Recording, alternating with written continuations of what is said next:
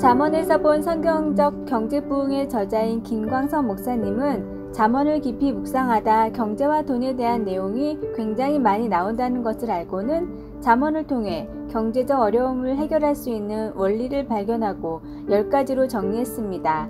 1번 겸손히 하나님을 경외하라. 잠언 22장 4절. 2번 물질을 하나님께 드리라. 잠언 3장 9절. 3번 부지런히 일하라. 잠언 12장 27절. 4번 번 돈을 잘 관리하라. 잠언 21장 5절. 5번 구제에 힘쓰라. 잠언 11장 24절. 6번 전략하라. 잠언 21장 20절. 7번 방탕하지 말아라. 잠언 21장 17절. 8번 의롭게 살라. 잠언 3장 33절. 9번 보증을 함부로 서지 말라. 잠언 22장 26절. 10번 빚을 지지 말라. 잠언 22장 7절. 교회를 다닌다고 다 부자가 되는 것은 아니지만 하나님은 우리의 일용할 양식은 분명히 책임져 주십니다. 그리고 우리가 준비되어 있으면 많은 물질을 맡기십니다. 하나님의 말씀에 순종함으로 하나님이 주시는 큰 복을 누리십시오.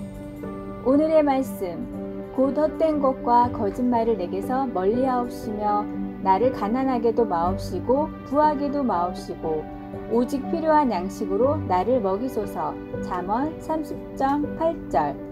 오늘의 찬송 362장 주여 복을 주시기를.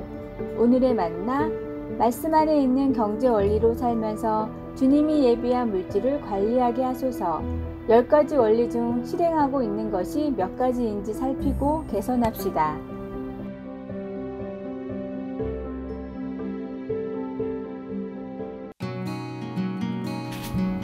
한 기술 자문회사가 컴퓨터 코드 한 줄을 쓸 줄 모르고 사업 관련 지식도 한 사람을 채용했습니다. 신입사원을 뽑는 면접에서 회사는 업무 경력에 비중을 높이 두지 않고 그 대신 문제를 창의적으로 해결하고 판단을 잘하며 팀 안에서 화합하며 일을 잘하는 능력 같은 개인적인 자질들을 더 중요시하는 곳이었습니다. 회사는 원하는 사람을 찾기만 하면 필요한 기술은 가르칠 수 있다고 판단한 것입니다. 노아도 방주를 짓는 일에 맞는 자격을 가진 사람이 아니었습니다. 그는 배 만드는 사람도 아니었고 목수도 아니었습니다. 그는 흙 묻은 옷과 쟁기 든 손이 잘 어울리는 농부였습니다. 그러나 하나님께서 그 당시 세상의 악을 어떻게 다루어야 할지 결정하셨을 때 노아가 돋보였습니다. 왜냐하면 그가 하나님과 동행하였기 때문입니다. 하나님은 주위의 부패에 굴하지 않고 옳은 일을 하는 힘을 지닌 가르칠 수 있는 노아의 마음을 높이 평가하셨습니다. 하나님을 섬길 기회가 올 때 우리는 그 일을 할 자격이 안 된다고 느낄 수 있습니다. 고맙게도 하나님은 꼭 우리의 기술을 중히 보시지 않습니다. 하나님은 우리의 성품과 그분에 대한 사랑, 그리고 그분을 신뢰하는 의지를 소중히 보십니다. 이런 자질들이 성령님의 도우심으로 우리 안에 개발되어 갈 때 하나님은 이 세상에 그분의 뜻을 이루시기 위해 크고 작은 일들에 우리를 사용하실 수 있습니다. 말씀 창세기 6장 9절에서 18절. 찬송 320장 나의 죄를 정케하사. 기도 어떤 식으로든 하나님을 섬기고자 하는 마음을 주셔서 경험이 부족한 일들을 할 수 있도록 갖춰주시고 성령으로 충만케 하셔서 주님을 높일 수 있게 하소서. 아멘.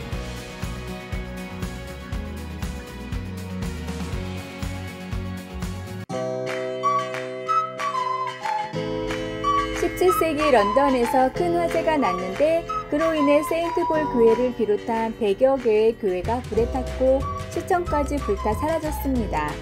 유명한 건축가인 크리스토퍼 레는 화재로 자신의 역량을 발휘해 50여 개의 교회를 완벽하게 재건을 했고 그 실력을 인정받아 윈저 시청까지 복원해 달라는 부탁을 받았습니다.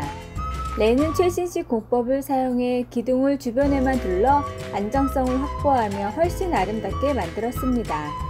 그런데 공사가 끝날 때쯤 윈저시의 국회의원들이 찾아와 기둥이 부족해 위험하니 가운데 4개의 기둥을 만들라고 요구했습니다.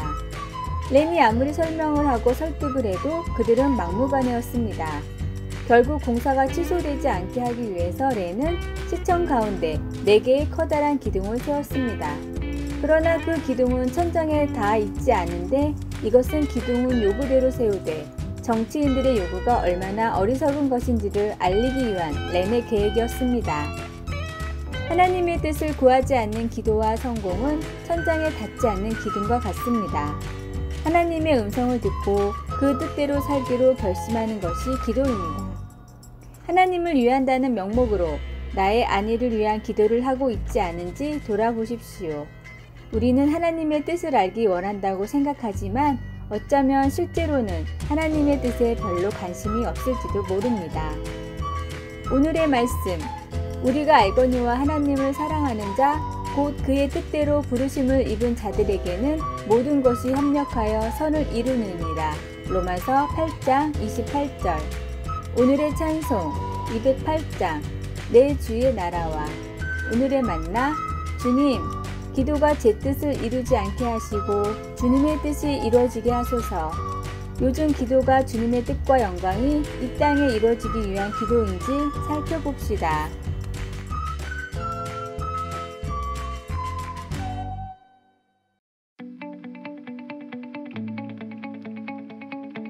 영화 미스 리틀 선샤인을 처음 봤을 때 저는 영화 속 올리브처럼 꿈 많은 소녀가 아니었습니다. 그날 저는 토익 시험을 접수해 놓고도 시험장에 가지 않고 방바닥에서 뒹굴고 있었습니다. 남들 다 하니까 어쩔 수 없이 보는 시험에 대하여 환멸을 느끼면서 공부를 전혀 하지 않았습니다. 도대체 대학을 졸업하고 뭐가 되는 건지 머리가 텅 빈 느낌이었습니다. 다행히 졸업까지는 몇 년 남았으니 어찌어찌 살다 보면 길이 열리지 않을까 막연하게 생각하던 저에게 영화 속 올리브는 말했습니다. 나는 우승할 자신이 있어요. 난 다른 참가자보다 경험이 적지만 매일 연습하고 있거든요. 가장 기억에 남는 부분은 미인대회를 하루 앞두고 할아버지와 올리브가 나누는 대화입니다. 올리브는 만일 대회에서 떨어질 경우 성공만을 강조하는 아빠에게 미움받을까봐 걱정합니다. 이에 할아버지는 진정한 패배자는 실패가 두려워서 아예 시도조차 하지 않는 사람이란다. 하지만 너는 노력하고 있잖니? 그러니 넌 패배자가 아닌 거야. 그렇습니다. 할아버지 말씀처럼 시도하지 않으면 아무 일도 일어나지 않습니다. 시도한 것만으로도 충분히 아름답습니다. 시작이 반이라는 말도 있거니와 현대그룹 정주영 씨는 이봐 해봤어? 라는 말을 남기기도 했습니다. 시도도 해보지 않고 미리 겁부터 먹는 것은 바람직하지 못한 태도일 것입니다. 물론 돈키호테처럼 행동하는 것도 삼가해야겠지만 가능하다면 한번 해보는 것도 좋을 듯 싶습니다.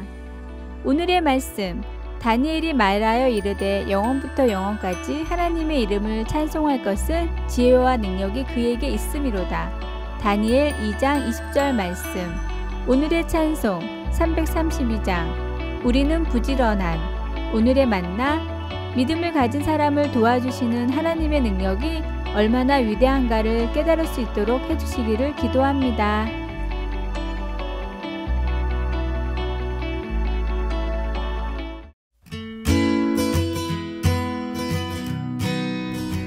둘 다 요리를 할 줄 모르는 부부가 있었습니다. 하루는 아내가 스파게티를 직접 만들어 보기로 했습니다. 그런데 너무 많이 만들다 보니 스파게티를 다음날 저녁 식사로 또 먹게 되었습니다.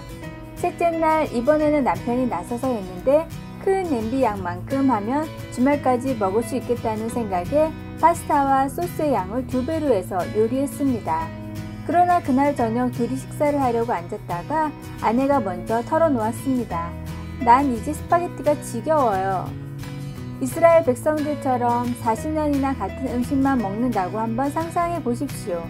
아침마다 그들은 하나님이 주신 감미로운 최고급 음식을 모아서 요리를 했습니다. 그 다음 날이 안식일이 아니면 음식을 남기지 않았습니다. 물론 재료를 가지고 굽기도 하고 끓이기도 하며 좋은 방법을 찾아 조리를 했지요. 그런데 백성들이 애굽에서 즐겼던 맛있는 음식들을 다시 그리워한 것입니다. 처참한 노예 생활의 대가로 얻은 음식이었는데도 말입니다. 우리 역시 사는 것이 옛날 같지 않다고 해서 원망할 때가 있을 것입니다. 아니면 살아가면서 그날이 그날이라 불만이 생겼을 수도 있습니다. 하지만 출애굽기 16장은 하나님이 이스라엘 백성들에게 신실하게 공급해 주심으로 그들로 매일매일 하나님의 돌보심을 신뢰하고 의지하게 했던 이야기를 전해주고 있습니다.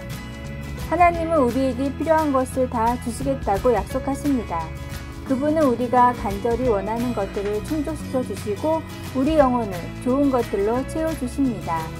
말씀 출애굽기 16장 14절에서 18절 찬송 545장 이 눈에 아무 증거 아니 되어도 기도 하나님 아버지 저를 신실하게 돌보시고 제게 필요한 것을 공급해 주시겠다고 약속하시니 감사합니다.